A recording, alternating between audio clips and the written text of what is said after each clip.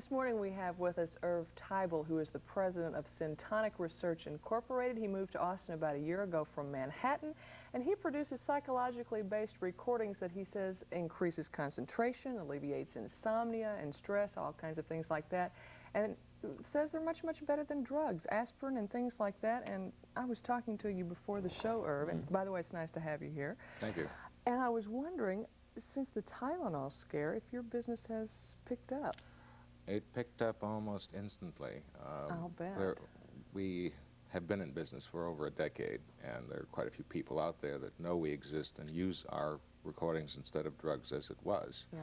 But when people were concerned about going into a drugstore and buying aspirin, I guess a number of people said, well, why don't you use this recording instead, because it works just as good as aspirin. So we found in certain areas of the country that record stores were cleaned out almost within a day of this Tylenol scare happening.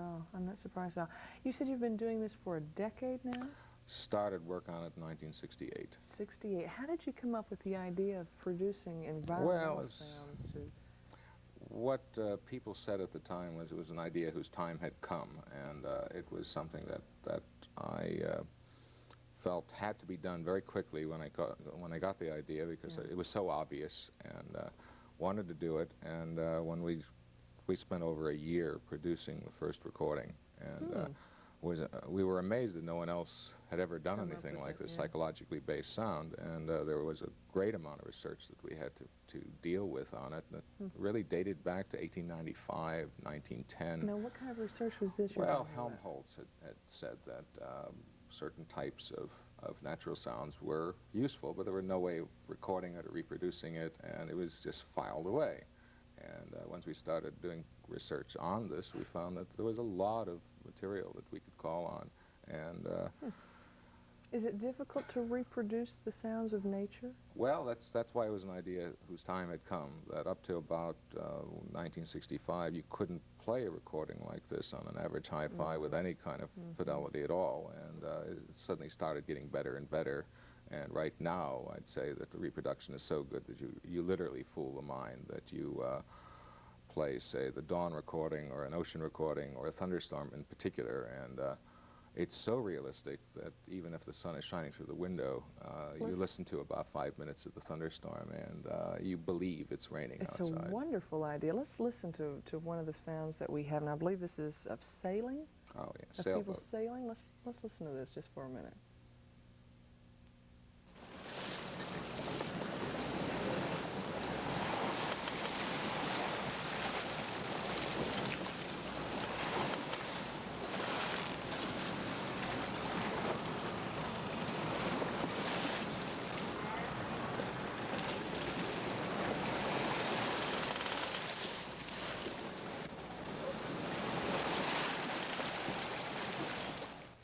That sounds terrific. That does sound like you're saying. I can close my eyes and vision that I'm on a sailboat. Well, we test these records out quite a bit, and when we first started testing this, we found that people who didn't like sailing actually got seasick when they listened to it. Oh, no.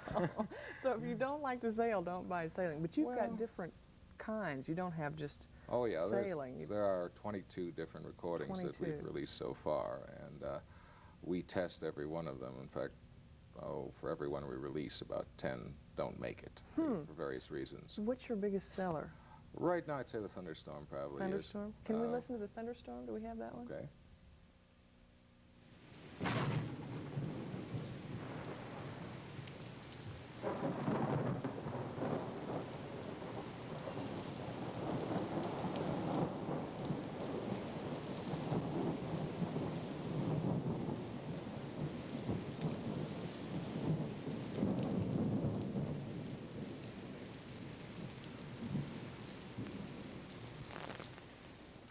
Boy, that is nice. That is really nice. I'll bet that is hard to reproduce, something like a thunderstorm. Well, it's hard to record, too.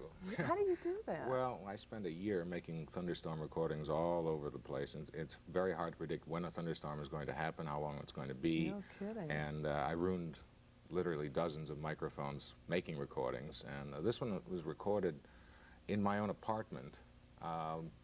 In my bathroom, actually. Was it really? I had a huge window. It's actually a toilet. Well, no.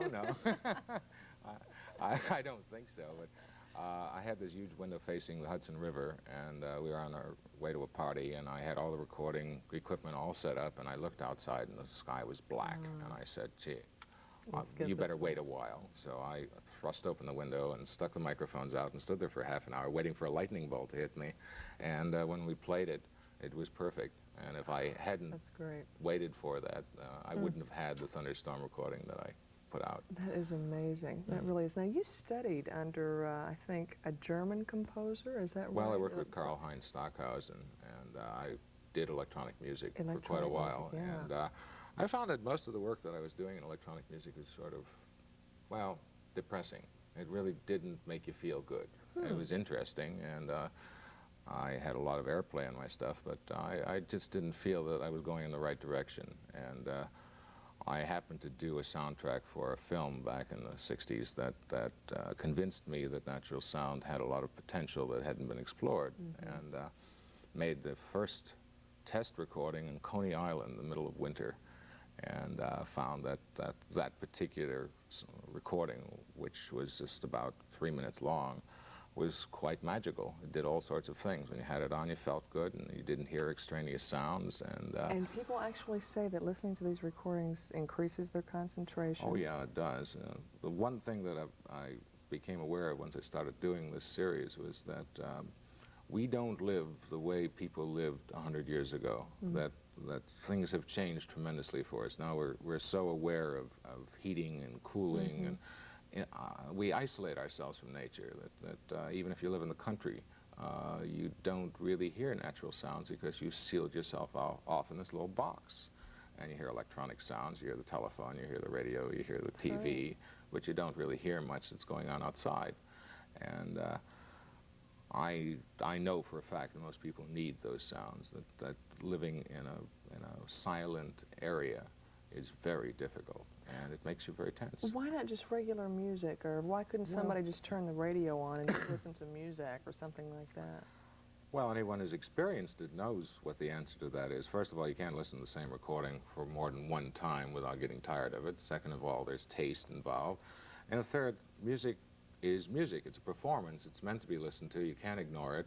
And we actually put out sounds that you can ignore, that you just have it on and on and on, and you don't get tired of it because you never really listen. People don't get bored with the sound? Well, it's not something that involves musical taste. It's not something that you actively listen to. If you live in a house by the sea, after a while you just accept the fact that the ocean's crashing outside and it sounds good, and you go about your business without really paying much attention to it until it stops. And most people, after a half an hour listening to one of our recordings, they get upset when the record ends, and they rush over and put it back on again because it seems like suddenly a vacuum occurred in the house. How long do the recordings last? They last for half an hour. Half an hour. And they're meant to be repeated. And most phonographs and tape recorders these days can easily repeat recordings. So you sell them in cassette or phonograph, or are they?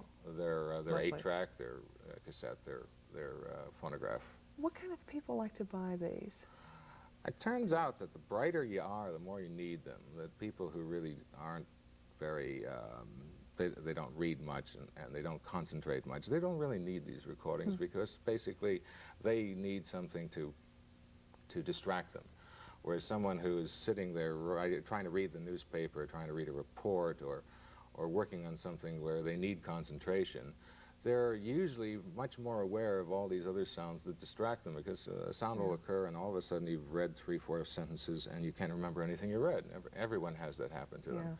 And with this, you eliminate a lot of the distractions that cause that, so therefore your concentration goes up tremendously.